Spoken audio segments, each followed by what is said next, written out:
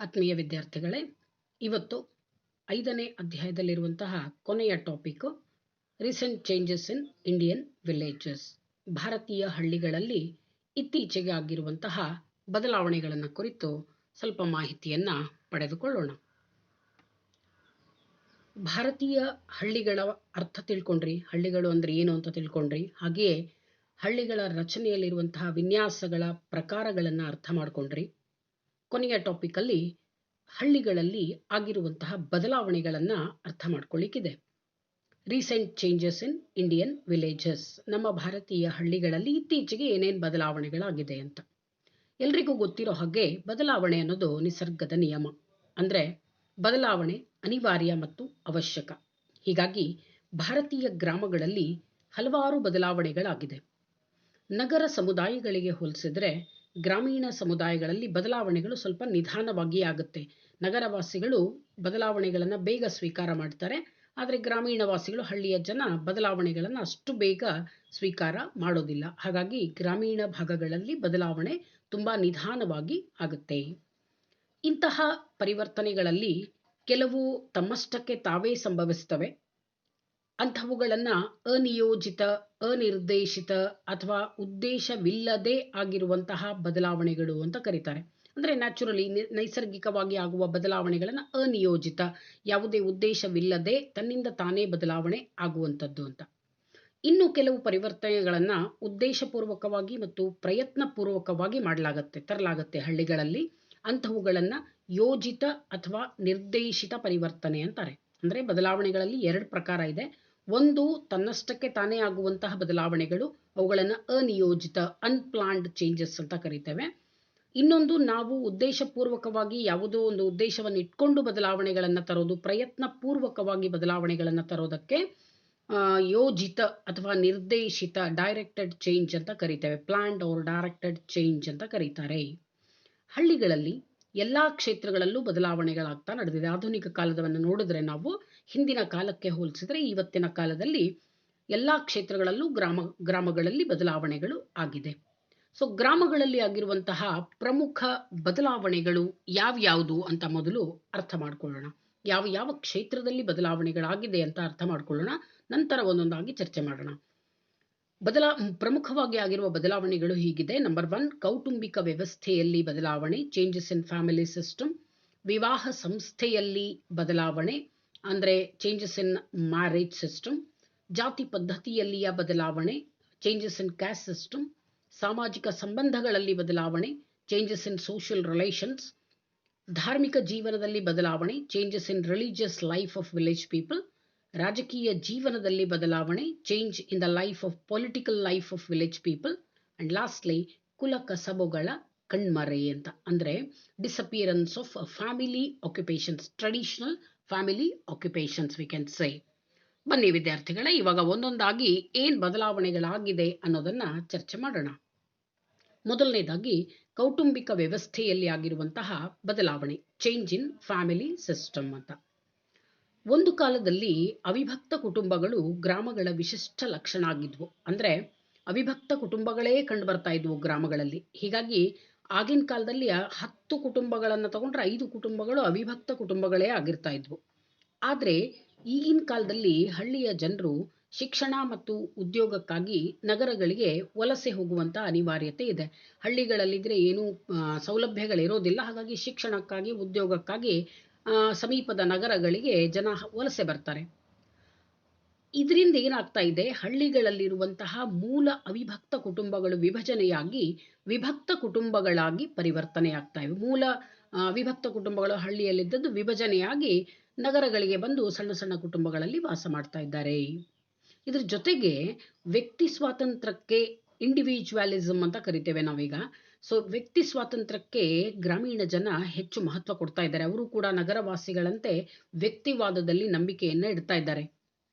ಜೊತೆಗೆ ಕುಟುಂಬದಲ್ಲಿ ಶಾಂತಿ, ನೆಮ್ಮದಿ ಬೆಳೆದು ಬರಬೇಕು, ಮಕ್ಕಳ ಕಡೆಗೆ ವಿಶೇಷ ಗಮನ ಕೊಡಬೇಕು ಅಂದರೆ ವಿಭಕ್ತ ಕುಟುಂಬಗಳೇ ಬೇಕು ಅನ್ನೋ ಒಂದು ಭಾವನೆ ಹಳ್ಳಿಯ ಜನರಲ್ಲೂ ಕೂಡ ಹೆಚ್ಚಾಗಿದೆ. ಅವಿಭಕ್ತ ಕುಟುಂಬಗಳಿದ್ರೆ ಮಕ್ಕಳ ಲಾಲನೆ ಪಾಲನೆ ಕರೆಕ್ಟಾಗಿ ಆಗಲಿಕ್ಕಿಲ್ಲ ಅನ್ನೋ ಕಾರಣಕ್ಕೆ ಅವರೂ ಕೂಡ ಇವಾಗ ವಿಭಕ್ತ ಕುಟುಂಬಗಳಲ್ಲಿಯೇ ವಾಸ ಮಾಡಲಿಕ್ಕೆ ಬಯಸ್ತಾ ಇದ್ದಾರೆ. ಸೊ ಹೀಗಾಗಿ ಕುಟುಂಬದ ರಚನೆಯಲ್ಲಿ ಬದಲಾವಣೆಗಳಾಗಿರೋದನ್ನು ನಾವು ಗಮನಿಸಬಹುದು. ಈಗಿನ ಕಾಲದ ಸದಸ್ಯರ ಆಹಾರ, ಉಡುಗೆ ತೊಡುಗೆ, ಶಿಕ್ಷಣ, ಜೀವನ ಸಂಗಾತಿಗಳ ಆಯ್ಕೆ ಮುಂತಾದ ವಿಷಯಗಳಿಗೆ ಸಂಬಂಧಿಸಿದಂತೆ ಗ್ರಾಮೀಣ ಕುಟುಂಬಗಳಲ್ಲಿ ಸಾಕಷ್ಟು ಬದಲಾವಣೆಯಾಗಿದೆ. ಮೊದಲು ಹಳ್ಳಿಯ ಜನ ಕೂಡ ಸರಳವಾದಂತಹ ಆರೋಗ್ಯಕರವಾದ ಆಹಾರವನ್ನು ತಿಂತಾ ಇದ್ರು. ಇವಾಗ ಅವರು ಕೂಡ ನಗರದ ಒಂದು ವ್ಯಾಮೋಹಕ್ಕೆ ಬಲಿಯಾಗಿ ಆಹಾರ ಪದ್ಧತಿಯಲ್ಲಿ, ಉಡುಪಿನ ಶೈಲಿಯಲ್ಲಿ ಎಲ್ಲವೂ ಕೂಡ ಬದಲಾವಣೆ ಆಗಿದೆ. ಹೀಗಾಗಿ ಈ ಹಿಂದೆ ಕುಟುಂಬ ನಿರ್ವಹಿಸ್ತಾ ಇದ್ದಂತಹ ಎಷ್ಟೋ ಕಾರ್ಯಗಳನ್ನು ಈಗ ಬೇರೆ ಬೇರೆ ಸಂಘಗಳು ನಿರ್ವಹಿಸ್ತಾ ಇದೆ. ಹಳ್ಳಿಯ ಜನ ಕೂಡ ಈಗ ಬೇರೆ ಬೇರೆ ಸಂಘಗಳ ಮೇಲೆ ಆಶ್ರಯವಾಗ್ತಾ ಇದ್ದಾರೆ. ಹೀಗೆ ನಗರಾಭಿಮುಖ ವಲಸೆ ಅಂದರೆ ನಗರಗಳ ಕಡೆ ವಲಸೆ ಬರ್ತಾ ಇರೋದ್ರಿಂದ, ಕುಟುಂಬದೊಳಗಿನ ಆಂತರಿಕ ಸಂಘರ್ಷಗಳು ಹೆಚ್ಚಾಗಿರೋದ್ರಿಂದ, ಜಗಳಗಳು ಹೆಚ್ಚಾಗಿರೋದ್ರಿಂದ, ವ್ಯಕ್ತಿವಾದದ ಬೆಳವಣಿಗೆ ಆಗಿರೋದ್ರಿಂದ, ಅಂದರೆ ಜನ ವ್ಯಕ್ತಿ ಸ್ವಾತಂತ್ರ್ಯಕ್ಕೆ ಹೆಚ್ಚು ಮಹತ್ವ ಕೊಡ್ತಾ ಇರೋದ್ರಿಂದ, ಕೈಗಾರಿಕೀಕರಣ, ನಗರೀಕರಣ ಮೊದಲಾದ ಕಾರಣಗಳಿಂದ ಇವತ್ತು ಹಳ್ಳಿಗಳಲ್ಲೂ ಕೂಡ ಅವಿಭಕ್ತ ಕುಟುಂಬಗಳು ಅವನತಿಯಾಗಿ, ಸಂಖ್ಯೆಯಲ್ಲಿ ಕಡಿಮೆಯಾಗಿ, ವಿಭಕ್ತ ಕುಟುಂಬಗಳೇ ಗ್ರಾಮಗಳಲ್ಲೂ ಕೂಡ ಹೆಚ್ಚಾಗಿ ಕಂಡುಬರ್ತಾ ಇದೆ.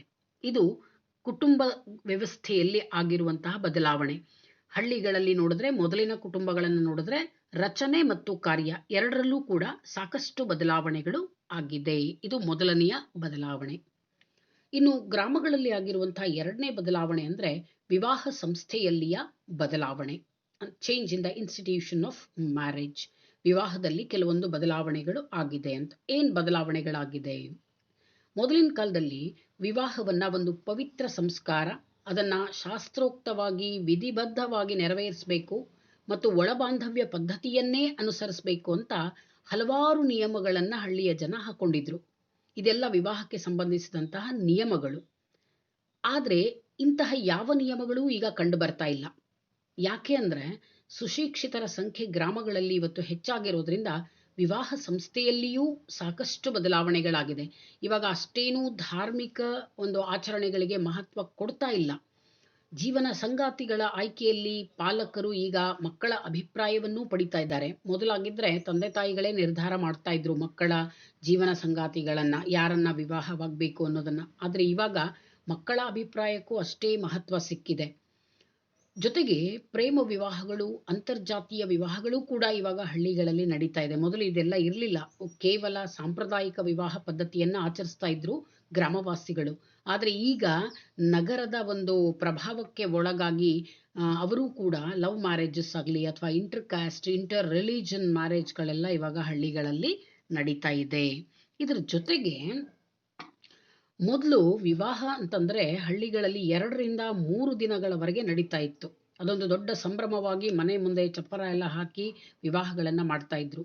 ಹಾಗೆಯೇ ಹಲವಾರು ಸಂಪ್ರದಾಯ ವಿಧಿವಿಧಾನಗಳನ್ನು ಆಚರಿಸ್ತಾ ಇದ್ರು. ಆದರೆ ಈಗ ವಿವಾಹಗಳನ್ನು ತುಂಬ ಸರಳವಾಗಿ ಮಾಡ್ತಾರೆ. ಒಂದೇ ದಿನ ಕೆಲವೇ ಗಂಟೆಗಳಲ್ಲಿ ವಿವಾಹ ಸಮಾರಂಭವನ್ನು ಈಗ ನೆರವೇರಿಸ್ತಾ ಇದ್ದಾರೆ. ಇದು ನಗರೀಕರಣದ ಪ್ರಭಾವ ಅಂತ ಹೇಳ್ಬೋದು. ಮೊದಲಿನ ಕಾಲದಲ್ಲಿ ಗ್ರಾಮಗಳಲ್ಲಿ ಬಾಲ್ಯ ವಿವಾಹಗಳು ಹೆಚ್ಚು ನಡೀತಾ ಇತ್ತು. ಅಂದರೆ ಚಿಕ್ಕ ವಯಸ್ಸಿನಲ್ಲೇ ಮಕ್ಕಳು ತಮ್ಮ ತಂದೆ ತಾಯಿಗಳು ತಮ್ಮ ಮಕ್ಕಳ ಜವಾಬ್ದಾರಿಯನ್ನು ಕಳ್ಕೊಳ್ಳಿಕ್ಕೆ ಮಕ್ಕಳ ವಿವಾಹವನ್ನು ತುಂಬ ಚಿಕ್ಕ ವಯಸ್ಸಿನಲ್ಲಿ ಮಾಡಿಬಿಡ್ತಾ ಇದ್ರು. ಆದರೆ ಬಾಲ್ಯ ವಿವಾಹಗಳ ಸಂಖ್ಯೆ ಇವಾಗ ಗ್ರಾಮಗಳಲ್ಲೂ ಕೂಡ ಗಣನೀಯವಾಗಿ ಕಡಿಮೆಯಾಗಿದೆ ಅಂತ ಹೇಳ್ಬೋದು. ಜೊತೆಗೆ ಹಿಂದಿನ ಕಾಲದಲ್ಲಿ ವಿವಾಹ ವಿಚ್ಛೇದನಗಳ ಸಂಖ್ಯೆ ಕಡಿಮೆ ಇತ್ತು. ಹಳ್ಳಿಯ ಜನ ವಿಚ್ಛೇದನಗಳನ್ನು ಪಡ್ಕೊಳ್ತಾ ಇರಲಿಲ್ಲ. ಒಂದು ಸಲ ವಿವಾಹವಾದರೆ ಜೀವನ ಪರ್ಯಂತವೂ ಆ ಬಂಧನವನ್ನು ನಿಭಾಯಿಸ್ಕೊಂಡು ಹೋಗಬೇಕು ಅನ್ನೋ ಒಂದು ನಂಬಿಕೆ, ಒಂದು ಮನೋಭಾವವನ್ನು ತಂದೆ ತಾಯಿಗಳು ಮಕ್ಕಳಲ್ಲಿ ಬೆಳೆಸ್ತಾ ಇದ್ರು. ಹಾಗಾಗಿ ವಿಚ್ಛೇದನಗಳ ಸಂಖ್ಯೆ ಬಹಳ ಕಡಿಮೆ ಇತ್ತು. ಆದರೆ ಈಗ ಅವುಗಳ ಸಂಖ್ಯೆ ಒನ್ಸ್ ಅಗೇನ್ ಹಳ್ಳಿಗಳಲ್ಲೂ ಕೂಡ ನಗರಗಳಂತೆ ಹೆಚ್ಚಾಗಿ ಬಿಟ್ಟಿದೆ. ಇದಲ್ಲದೇನೆ ಸತಿ ಸಹಗಮನ, ವಿಧವಾ ಪುನರ್ವಿವಾಹದ ಮೇಲೆ ನಿರ್ಬಂಧನೆ ಮೊದಲಾದ ಸಾಮಾಜಿಕ ಅನಿಷ್ಟಗಳು ಮೊದಲೇನು ಹಳ್ಳಿಗಳಲ್ಲಿ ಕಂಡುಬರ್ತಾ ಇತ್ತು. ಈ ಸಾಮಾಜಿಕ ಅನಿಷ್ಟಗಳನ್ನು ಇವಾಗ ಹಳ್ಳಿಯ ಜನ ಕೂಡ ವಿರೋಧಿಸ್ತಾ ಇದ್ದಾರೆ. ಅವುಗಳನ್ನು ಆಚರಿಸ್ತಾ ಇಲ್ಲ. ಈಗ ಅವರೆಲ್ಲ ಕಡಿಮೆ ಖರ್ಚಿನಲ್ಲಿ ಮಿತವ್ಯಯದ ವಿವಾಹಗಳನ್ನು ಮಾಡಲು ಹಳ್ಳಿಯ ಜನ ಬಯಸ್ತಾ ಇದ್ದಾರೆ. ಅವರು ಕೂಡ ಸಿಂಪಲ್ ಆ್ಯಂಡ್ ಇಕನಾಮಿಕಲ್ ಮ್ಯಾರೇಜಸ್ ಅಂತ ಹೇಳ್ತೀವಿ. ಕಡಿಮೆ ಖರ್ಚಿನಲ್ಲಿ ಸರಳವಾಗಿ ವಿವಾಹಗಳನ್ನು ಮಾಡಲಿಕ್ಕೆ ಬಯಸ್ತಾ ಇದ್ದಾರೆ. ಈ ಎಲ್ಲವುಗಳು ವಿವಾಹ ಸಂಸ್ಥೆಯಲ್ಲಿ ಆಗಿರುವಂತಹ ಬದಲಾವಣೆಗಳು. ಇನ್ನು ಮೂರನೇದಾಗಿ ಜಾತಿ ಪದ್ಧತಿಯಲ್ಲಿ ಆಗಿರುವಂತಹ ಬದಲಾವಣೆ. ಜಾತಿ ಅನ್ನೋದು ಒಂದು ಸಂಸ್ಥೆ. ಒನ್ಸ್ ಅಗೇನ್ ಗ್ರಾಮಗಳಲ್ಲಿ ಇದು ಒಂದು ಕಟ್ಟುನಿಟ್ಟಾಗಿ ಆಚರಿಸಲ್ಪಡ್ತಾ ಇದ್ದಂತಹ ವ್ಯವಸ್ಥೆ. ಆದರೆ ಈಗ ಆ ಸಂಸ್ಥೆಯಲ್ಲೂ ಕೂಡ ಹಲವಾರು ಬದಲಾವಣೆಗಳಾಗಿದೆ. ಗ್ರಾಮೀಣ ಸಮುದಾಯಗಳಲ್ಲಿ ಜಾತಿ ತನ್ನ ಮಹತ್ವದ ಪಾತ್ರ ವಹಿಸ್ತಾ ಇದೆ. ಜಾತಿಯು ಅಲ್ಲಿಯ ವ್ಯಕ್ತಿಯ ಅಂತಸ್ತನ್ನು ನಿರ್ಧರಿಸ್ತದೆ. ಯಾವಾಗಲೂ ಜಾತಿ ಅನ್ನೋದು ಹಳ್ಳಿಗಳಲ್ಲಿ ಒಂದು ಅಂತಸ್ತು ಸೂಚಕ ಸಮೂಹ ಅಂತ ಹೇಳ್ತೇವೆ.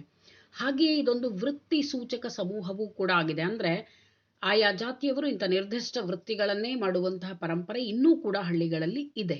ಜೊತೆಗೆ ಜಾತಿ ಅನ್ನೋದು ಒಳಬಾಂಧವ್ಯ ನಿಯಮವನ್ನು ಹೊಂದಿದಂತಹ ಒಂದು ವ್ಯವಸ್ಥೆ.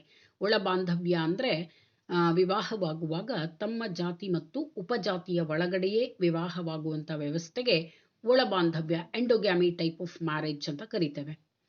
ಈ ಜಾತಿ ಅನ್ನೋದು ಜನನದಿಂದ ಮರಣದವರೆಗೂ ಒಬ್ಬ ವ್ಯಕ್ತಿಯ ಮೇಲೆ ನಿರ್ಬಂಧನೆಗಳನ್ನು ಹೇರುತ್ತೆ. ಆ ನಿರ್ಬಂಧನೆಗಳನ್ನು ವ್ಯಕ್ತಿ ತಪ್ಪದೇ ಪಾಲಿಸಬೇಕಾಗತ್ತೆ. ಆದರೆ ಕಾಲಕ್ರಮೇಣ ಈ ಎಲ್ಲ ನಿಯಮಗಳು, ಜಾತಿಯ ನಿಯಮಗಳು ಇವತ್ತು ಮಹತ್ವ ಕಳೆದುಕೊಳ್ತಾ ಇವೆ. ಜಾತಿಯ ತಳಹದಿಯ ಮೇಲೆ ಬೆಳೆದು ಬಂದಿರುವಂತಹ ಮಡಿ ಮೈಲಿಗೆಯ ಪ್ರವೃತ್ತಿ, ಪೊಲ್ಯೂಷನ್ ಬೈ ಟಚ್ ಅಂತ ಹೇಳ್ತೇವೆ. ಮುಟ್ಟಿದರೆ ಮೈಲಿಗೆ ಆಗುತ್ತೆ ಅನ್ನೋ ಮನೋಭಾವ, ಮೇಲು ಕೀಳು, ಸ್ಪರ್ಶ ಅಸ್ಪರ್ಶ ಮುಂತಾದ ಮನೋಭಾವನೆಗಳು ಈಗ ಹಳ್ಳಿಗಳಲ್ಲಿ ಕಂಡುಬರ್ತಾ ಇಲ್ಲ. ಇದೆಲ್ಲ ಕಂಡುಬರ್ತಾ ಇಲ್ಲ. ಇದಕ್ಕೆ ಪ್ರಮುಖ ಕಾರಣ ಏನು ಅಂತಂದರೆ ಹಳ್ಳಿಯ ಜನ ಶಿಕ್ಷಿತರಾಗಿರೋದು. ಶಿಕ್ಷಣ, ನಗರೀಕರಣ, ಔದ್ಯೋಗೀಕರಣ ಮೊದಲಾದವುಗಳು ಈ ಒಂದು ಜಾತಿ ಪದ್ಧತಿಯಲ್ಲಿಯ ಬದಲಾವಣೆಗಳಿಗೆ ಕಾರಣಗಳು ಅಂತ ನಾವು ಹೇಳ್ಬೋದು. ಈಗ ಗ್ರಾಮೀಣ ಜನರು ವೃತ್ತಿ ಸ್ವಾತಂತ್ರ್ಯವನ್ನೂ ಹೊಂದಿದ್ದಾರೆ. ಹೀಗಾಗಿ ವೃತ್ತಿಗೂ ಜಾತಿಗೂ ಇವತ್ತು ಯಾವುದೇ ಸಂಬಂಧ ಇಲ್ಲ. ಮೊದಲಿನ ಕಾಲದಲ್ಲಿ ಜಾತಿ ಜನರ ವೃತ್ತಿಯ ಮೇಲೆ ಕೆಲವೊಂದು ನಿರ್ಬಂಧನೆ ಹೇರ್ತಾ ಇತ್ತು. ಇಂತಹ ಜಾತಿಯವರು ಇಂತಿಂತಹ ಉದ್ಯೋಗಗಳನ್ನೇ ಮಾಡಬೇಕು. ಬ್ರಾಹ್ಮಣರು ಶಿಕ್ಷಣ ವೃತ್ತಿಯನ್ನೇ ಮಾಡಬೇಕು, ಕ್ಷತ್ರಿಯರು ದೇಶ ರಕ್ಷಣೆಯ ಸೇವೆ, ಸೈನ್ಯದಲ್ಲಿ ಇದ್ಕೊಂಡು ಸೇವೆ ಮಾಡಬೇಕು, ವೈಶ್ಯರು ವ್ಯಾಪಾರವನ್ನು ಮಾಡಬೇಕು, ಶೂದ್ರರು ಉಳಿದೆಲ್ಲ ಜಾತಿಯವರ ಸೇವೆಯನ್ನು ಮಾಡಬೇಕು ಅಂತ ನಿರ್ಬಂಧನೆ ಹಾಕ್ಬಿಟ್ಟಿತ್ತು ಜಾತಿ. ಆದರೆ ಈಗ ಅಂತಹ ನಿರ್ಬಂಧನೆಗಳ್ಯಾವುದೂ ಕೂಡ ಕಂಡುಬರ್ತಾ ಇಲ್ಲ. ಇದರ ಜೊತೆಗೆ ಹಿಂದಿನ ಕಾಲದಲ್ಲಿ ಜಾತಿ ಪಂಚಾಯತಗಳು ಅಸ್ತಿತ್ವದಲ್ಲಿದ್ವು. ಆದರೆ ಅದೇ ಜಾತಿ ಪಂಚಾಯತಗಳು ಇವಾಗ ಜಾತಿ ಸಂಘಟನೆಗಳಾಗಿ ಬದಲಾಗ್ತಾ ಇವೆ.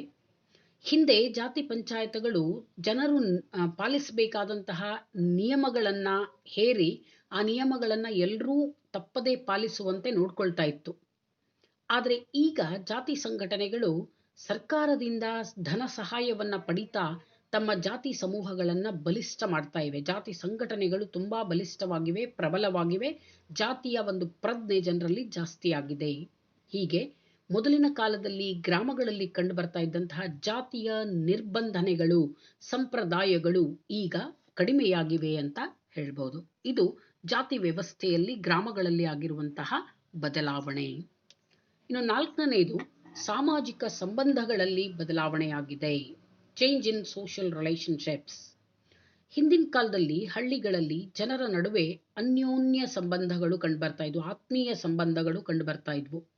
ಆಗ ವಿವಿಧ ಜಾತಿ, ಕುಲ, ಮತ, ಪಂಥಗಳ ಜನರೆಲ್ಲ ಪರಸ್ಪರರ ಮೇಲೆ ಅವಲಂಬನೆ ಹೊಂದಿ ಜೀವನವನ್ನು ಮಾಡ್ತಾ ಇದ್ರು. ಶ್ರೀಮಂತರ ಹೊಲಗದ್ದೆಗಳಲ್ಲಿ ಬಡವರು ಕೂಲಿ ಮಾಡಿ ಜೀವನ ನಡೆಸ್ತಾ ಇದ್ರು. ಹಾಗೆಯೇ ವಿವಿಧ ಗುಡಿ ಕೈಗಾರಿಕೆಗಳಲ್ಲಿ ತೊಡಗಿದ ಜನರು ಸಾಮೂಹಿಕವಾಗಿ ಕೃಷಿ ಅಭಿವೃದ್ಧಿಗಾಗಿ ಪ್ರಯತ್ನ ಮಾಡ್ತಾ ಇದ್ರು. ಹೀಗಾಗಿ ಅಂದಿನ ಕಾಲದಲ್ಲಿ ಹಳ್ಳಿಗಳಲ್ಲಿ ಜನರ ನಡುವೆ ಅನ್ಯೋನ್ಯ ಮತ್ತು ಆತ್ಮೀಯ ಸಂಬಂಧಗಳು ಕಂಡುಬರ್ತಾ ಇತ್ತು. ಆವಾಗ ಜನರು ಕೃಷಿಯನ್ನು ಮಾಡ್ತಾ ಇದ್ರು. ಕೃಷಿಗೆ ಬಹಳಷ್ಟು ಜನರ ಅವಶ್ಯಕತೆ ಇದೆ. ಸೊ ಹಾಗಾಗಿ ನೆರೆಹೊರೆಯವರೆಲ್ಲ ಕೂಡಿ ಒಬ್ಬೊಬ್ಬರ ಹೊಲದಲ್ಲಿ ಒಂದೊಂದು ದಿನ ಉತ್ತೋದು ಬಿತ್ತೋದು ಕೆಲಸಗಳನ್ನು ಮಾಡ್ತಾ ಇದ್ರು. ಹೀಗಾಗಿ ಅವರಲ್ಲಿ ಪರಸ್ಪರ ಅನ್ಯೋನ್ಯತೆ, ಆತ್ಮೀಯ ಸಂಬಂಧಗಳು ಇತ್ತು ಅಂತ. ಆದರೆ ಕಾಲ ಬದಲಾದ ಹಾಗೆ ಗ್ರಾಮೀಣ ಜನರಲ್ಲಿಯೂ ಕೂಡ ವ್ಯಕ್ತಿವಾದದ ಬೆಳವಣಿಗೆಯಾಗಿರೋದನ್ನು ನಾವು ಗಮನಿಸಬಹುದು. ಇಂಡಿವಿಜುವಲಿಸಮ್ ಅಂತೀವಿ. ವ್ಯಕ್ತಿವಾದ ಅಂದರೆ ವೈಯಕ್ತಿಕ ಸ್ವಾತಂತ್ರ್ಯಕ್ಕೆ, ವೈಯಕ್ತಿಕ ಅಭಿಪ್ರಾಯಕ್ಕೆ ಹೆಚ್ಚು ಮಹತ್ವವನ್ನು ಕೊಡುವಂಥದ್ದು ಅಂತ. ಹೀಗಾಗಿ ಮೊದಲಿನ ಕಾಲದ ಅವಿನಾಭಾವ ಸಂಬಂಧಗಳು ಇಂದು ಗ್ರಾಮೀಣ ಜನರಲ್ಲಿ ಕಾಣ್ತಾ ಇಲ್ಲ, ನಾಶವಾಗ್ತಾ ಇವೆ. ಪ್ರತಿಯೊಂದು ಕುಟುಂಬವೂ ಈಗ ಹೆಚ್ಚು ಸ್ವತಂತ್ರವಾಗಿರಲಿಕ್ಕೆ ಬಯಸ್ತದೆ. ಹೀಗಾಗಿ ಸಹಜವಾಗಿಯೇ ಬೇರೆ ಕುಟುಂಬಗಳೊಡನೆ ಅನ್ಯೋನ್ಯತೆ ಕಡಿಮೆ ಆಗ್ತಾ ಇದೆ. ನಮ್ಮ ಕುಟುಂಬದವರು ನಾವು ಸ್ವತಂತ್ರರಾಗಿರಬೇಕು, ಬೇರೆಯವರ ಜೊತೆ ಹೆಚ್ಚು ಸಂಪರ್ಕ ಹೊಂದಬಾರದು ಅನ್ನೋ ಮನೋಭಾವ ಹಳ್ಳಿಗಳಲ್ಲಿಯೂ ಹೆಚ್ಚಾಗ್ಬಿಟ್ಟಿದೆ. ಇದು ಒನ್ಸ್ ಅಗೇನ್ ನಗರವಾಸಿಗಳ ಪ್ರಭಾವ ಅಂತಲೇ ನಾವು ಹೇಳ್ಬೋದು. ಇದಕ್ಕೆಲ್ಲ ನಗರೀಕರಣ ಮತ್ತು ಆಧುನೀಕರಣಗಳೇ ಪ್ರಮುಖ ಕಾರಣ.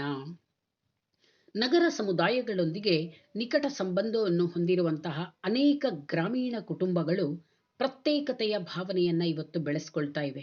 ಹೀಗಾಗಿ ಗ್ರಾಮೀಣ ಸಮುದಾಯಗಳಲ್ಲಿ ಪ್ರಾಥಮಿಕ ಸಂಬಂಧಗಳು ಕಡಿಮೆಯಾಗ್ತಾ ಇವೆ. ಪ್ರಾಥಮಿಕ ಸಂಬಂಧಗಳು ಅಂದ್ರೆ ಪ್ರತ್ಯಕ್ಷ, ನೇರ, ಮುಖಾಮುಖಿ, direct face to face relationships ಅಂತ. ಇಂತಹ ಸಂಬಂಧಗಳು ಇವತ್ತು ಕಡಿಮೆ ಆಗ್ತಾ ಇವೆ. ಇದರ ಜೊತೆಗೆ ವಿಶಾಲ ಮನೋಭಾವನೆ ಗ್ರಾಮೀಣ ಜನರಲ್ಲಿ ಮೊದಲಿನ ಹಾಗೆ ಕಂಡು ಬರ್ತಾ ಇಲ್ಲ. ಬ್ರಾಡ್ ಮೈಂಡೆಡ್ನೆಸ್ ಅಂತೀವಿ. ಹಳ್ಳಿಯ ಜನ ಹಾಗೆ ನೋಡಿದ್ರೆ ವಿಶಾಲ ಮನೋಭಾವದವರು, ಎಲ್ಲರನ್ನೂ ಸಹಿಸಿಕೊಂಡು ಜೀವನ ಮಾಡುವಂಥವರು. ಆದರೆ ಅಂತಹ ವಿಶಾಲ ಮನೋಭಾವನೆ ಆಧುನಿಕ ಕಾಲದ ಗ್ರಾಮಗಳಲ್ಲಿ ಇವತ್ತು ಕಂಡು ಬರ್ತಾ ಇಲ್ಲ. ಯಾಕೆ ಅಂದರೆ ಇದಕ್ಕೆ ಪ್ರಮುಖ ಕಾರಣ ವ್ಯಕ್ತಿವಾದದ ಬೆಳವಣಿಗೆ. ತಮ್ಮ ಬಗ್ಗೆ ಮಾತ್ರ ತಾವು ಯೋಚನೆ ಮಾಡುವಂಥದ್ದು ಇವತ್ತು ಅವರಲ್ಲಿಯೂ ಬೆಳೆದು ಬಂದ್ಬಿಟ್ಟಿದೆ. ಹೀಗೆ ಸಾಮಾಜಿಕ ಸಂಬಂಧಗಳಲ್ಲಿ ಮೊದಲಿದ್ದ ಅನ್ಯೋನ್ಯತೆ ಈಗ ಹಳ್ಳಿಗಳಲ್ಲಿ ಕಂಡುಬರೋದಿಲ್ಲ. ಇನ್ನು 5ನೇದಾಗಿ ಧಾರ್ಮಿಕ ಜೀವನದಲ್ಲಿ ಬದಲಾವಣೆ, change in religious life of village people. ಇಂದು ಗ್ರಾಮೀಣ ಜನರ ಧಾರ್ಮಿಕ ಜೀವನದಲ್ಲಿ ಮತ್ತು ಅವರ ತಾತ್ವಿಕ ದೃಷ್ಟಿಕೋನದಲ್ಲಿ ಹಲವಾರು ಬದಲಾವಣೆಗಳಾಗಿದೆ. ನಗರೀಕರಣ, ಸಾರಿಗೆ ಸಂಪರ್ಕ ವ್ಯವಸ್ಥೆಯಲ್ಲಿ ಆಗಿರುವಂತಹ ಅಭಿವೃದ್ಧಿ, ಶೈಕ್ಷಣಿಕ ಪ್ರಗತಿ ಮೊದಲಾದ ಕಾರಣಗಳಿಂದ ಈ ಒಂದು ಬದಲಾವಣೆಗಳನ್ನು ನಾವು ಕಾಣಬಹುದು ಅಂತ. ಏನು ಬದಲಾವಣೆಗಳಾಗಿದೆ ಹಳ್ಳಿಯ ಜನರ ಧಾರ್ಮಿಕ ಜೀವನದಲ್ಲಿ, ಧಾರ್ಮಿಕ ಕ್ಷೇತ್ರದಲ್ಲಿ ಏನೇನು ಬದಲಾವಣೆಗಳಾಗಿದೆ ಅಂದರೆ, ಮೊದಲಿನ ಕಾಲದಲ್ಲಿ ದೇವರು ಮತ್ತು ಧರ್ಮದ ಹೆಸರಿನಲ್ಲಿ ನಡೀತಾ ಇದ್ದಂತಹ ದುಂದುಗಾರಿಕೆ, ಪ್ರಾಣಿ ಬಲಿ ಹಾಗೂ ಇನ್ನೂ ಅನೇಕ ಕಂದಾಚಾರಗಳು, ಮೂಢನಂಬಿಕೆಗಳು, ಅಂಧಶ್ರದ್ಧೆಗಳು ಹಳ್ಳಿಯಲ್ಲಿ ಇವತ್ತು ತುಂಬಾ ಕಡಿಮೆಯಾಗಿದೆ. ದೇವರು ಮತ್ತು ಧರ್ಮದ ಹೆಸರಿನಲ್ಲಿ ತುಂಬಾ ಖರ್ಚುಗಳು ಆಗ್ತಾ ಇತ್ತು. ಎಷ್ಟೋ ಕಂದಾಚಾರಗಳು, ಸಂಪ್ರದಾಯಗಳು ನಡೀತಾ ಇತ್ತು. ಅವುಗಳಿಗೆಲ್ಲ ಇವಾಗ ಹಳ್ಳಿಯ ಜನ ಕಡಿವಾಣ ಹಾಕಿದ್ದಾರೆ. ಇದಕ್ಕೆ ಪ್ರಮುಖ ಕಾರಣ ಶಿಕ್ಷಿತರಾಗಿರೋದು, ವೈಜ್ಞಾನಿಕ ದೃಷ್ಟಿಕೋನವನ್ನ ಹೊಂದಿರುವಂಥದ್ದು.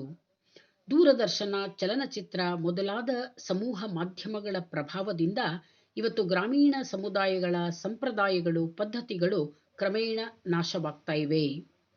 ಅವರು ಕೂಡ ಇವತ್ತು ದೂರದರ್ಶನವನ್ನು ಹೆಚ್ಚಾಗಿ ನೋಡ್ತಾ ಇರೋದ್ರಿಂದ ನಗರ ವಾಸಿಗಳಂತೆ ಇರಲಿಕ್ಕೆ, ಜೀವನ ಮಾಡಲಿಕ್ಕೆ ಬಯಸ್ತಾರೆ. ಹೀಗಾಗಿ ಸಂಪ್ರದಾಯಗಳು ಹಾಗೆ ಈ ಮಾಡುವಂಥ ಆಚಾರ ವಿಚಾರಗಳೆಲ್ಲ ಕಡಿಮೆಯಾಗಿವೆ.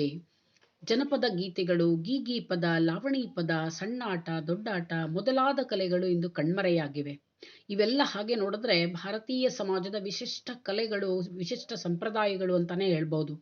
ಈ ಜನಪದ ಗೀತೆಗಳು ಅಂದರೆ ಇವತ್ತು ಕೇಳಲಿಕ್ಕೆ ಸಿಗೋದಿಲ್ಲ. ಒರಿಜಿನಲ್ ಮೂಲ ಜನಪದ ಗೀತೆಗಳು ಇವತ್ತು ಎಲ್ಲೂ ಕೇಳಲಿಕ್ಕೆ ಸಿಗೋದಿಲ್ಲ. ಈಗೆಲ್ಲ ಆಧುನಿಕ ಜನಪದ ಗೀತೆಗಳೇ ಹುಟ್ಕೊಂಡ್ಬಿಟ್ಟಿದೆ. ಜೊತೆಗೆ ಗೀಗಿ ಪದ, ಲಾವಣಿ ಪದ ಅಂದ್ರೇನು ಅಂತಾನೆ ಆಧುನಿಕ ಕಾಲದಲ್ಲಿ ಗೊತ್ತಿಲ್ಲ. ಇವೆಲ್ಲ ಇವತ್ತು ಕಣ್ಮರೆಯಾಗ್ಬಿಟ್ಟಿದೆ. ಇದಕ್ಕೆ ಪ್ರಮುಖ ಕಾರಣ ಅಂದರೆ ದೂರದರ್ಶನ ಮತ್ತು ಚಲನಚಿತ್ರದಂತಹ ಸಮೂಹ ಮಾಧ್ಯಮಗಳು ಮಾಡಿರುವಂತಹ ಪ್ರಭಾವ. ಎಲ್ಲರೂ ಕೂಡ ದೂರದರ್ಶನದ ಕಾರ್ಯಕ್ರಮಗಳಿಗೆ ಮರುಳಾಗಿ ಬಿಟ್ಟಿರೋದ್ರಿಂದ ಇವತ್ತು ಈ ಎಲ್ಲ ಕಲೆಗಳು ನಾಶವಾಗ್ತಾ ಇದೆ ಹಳ್ಳಿಗಳಲ್ಲಿ. ಹಾಗೆಯೇ ದೇವರು, ದೈವ, ಸ್ವರ್ಗ, ನರಕ, ಪಾಪ, ಪುಣ್ಯ ಮೊದಲಾದ ವಿಚಾರಗಳು ಮತ್ತು ನಂಬಿಕೆಗಳು ಈಗ ಹಳ್ಳಿಗಳಲ್ಲೂ ಕೂಡ ಕಡಿಮೆಯಾಗ್ತಾ ನಡೆದಿವೆ. ಜಾತ್ರೆ, ಉತ್ಸವ, ಹಬ್ಬ ಹರಿದಿನಗಳ ಆಚರಣೆಗಳೂ ಕೂಡ ಈಗ ಔಪಚಾರಿಕವಾಗಿ ನಡೀತಿದೆ. ಔಪಚಾರಿಕ ಅಂದ್ರೆ ಏನು? ಕಾಟಾಚಾರಕ್ಕೆ ಮಾಡಬೇಕಲ್ಲಪ್ಪ, ಮಾಡಬೇಕು, ಇದೊಂದು ಸಂಪ್ರದಾಯವನ್ನು ಮಾಡಬೇಕು ಅನ್ನೋ ಕಾರಣಕ್ಕೆ ಹಳ್ಳಿಯ ಜನ ಇವತ್ತು ಮಾಡ್ತಾ ಇದ್ದಾರೆ. ಸ್ವರ್ಗ ನರಕಗಳ ಬಗ್ಗೆ ಕಲ್ಪನೆಯೇ ಇಲ್ಲ, ಪಾಪ ಪುಣ್ಯದ ಬಗ್ಗೆ ನಂಬೋದೇ ಇಲ್ಲ ಹಳ್ಳಿಯ ಜನ ಇವಾಗ. ಇದೆಲ್ಲ ಬದಲಾವಣೆಗಳು ಆಗಿದೆ.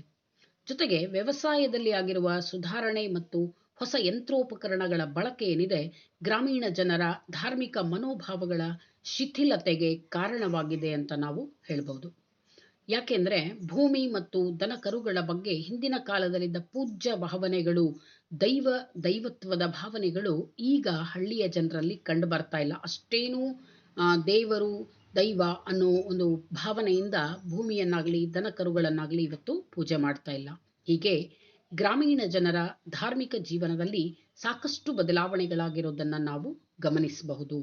ಅವರು ಮೂಢನಂಬಿಕೆಗಳಲ್ಲಿ ವಿಶ್ವಾಸ ಕಡಿಮೆ ಮಾಡಿರುವುದರಿಂದಲೇ ಇವತ್ತು ಶಿಕ್ಷಣಕ್ಕೆ ಮಹತ್ವ ಹೆಚ್ಚಾಗಿ ಅವರ ಜೀವನದಲ್ಲಿ ಸಾಕಷ್ಟು ಸುಧಾರಣೆಗಳಾಗಿದೆ. ಸಂಪ್ರದಾಯಗಳನ್ನು ಬಿಟ್ಟಿದ್ದಾರೆ, ಕಂದಾಚಾರಗಳನ್ನು ಬಿಟ್ಟಿದ್ದಾರೆ, ಶಿಕ್ಷಣವನ್ನು ಪಡ್ಕೊಳ್ತಾ ಇದ್ದಾರೆ. ಹಾಗಾಗಿ ಅವರಲ್ಲಿ ಆಧುನಿಕತೆ ತಲೆದೋರಿ ಹಲವಾರು ಬದಲಾವಣೆಗಳು ಕಂಡುಬರ್ತಾ ಇದೆ. ಇನ್ನು 6ನೇದಾಗಿ ರಾಜಕೀಯ ಜೀವನದಲ್ಲಿ ಬದಲಾವಣೆ ಅಂತ, ಚೇಂಜ್ ಇನ್ ಪೊಲಿಟಿಕಲ್ ಲೈಫ್ ಅಂತ ಹೇಳ್ತೇವೆ. ಇಂದು ಹಳ್ಳಿಯ ಜನರು ರಾಜಕೀಯ ವಿಷಯಗಳ ಬಗ್ಗೆ ತಿಳುವಳಿಕೆಯನ್ನು ಹೊಂದ್ತಾ ಇದ್ದಾರೆ. ಮೊದಲು ಹಳ್ಳಿಯ ಜನ ರಾಜಕೀಯದ ಬಗ್ಗೆ ಅಷ್ಟು ಆಸಕ್ತಿ ತೋರಿಸ್ತಾ ಇರಲಿಲ್ಲ. ಇವಾಗ ಹಳ್ಳಿಯ ಜನರಲ್ಲೇ ಆಸಕ್ತಿ ಹೆಚ್ಚಾಗ್ಬಿಟ್ಟಿದೆ. ಹಳ್ಳಿಯ ಜನ ರಾಜಕೀಯ ವಿಷಯಗಳ ತಿಳುವಳಿಕೆಯನ್ನು ಪಡ್ಕೊಳ್ತಾ ಇದ್ದಾರೆ. ಅವರಲ್ಲಿ ನಾಯಕತ್ವದ ಪ್ರಜ್ಞೆ ತುಂಬಾ ಪ್ರಬಲವಾಗಿ ಬೆಳೀತಾ ಇದೆ.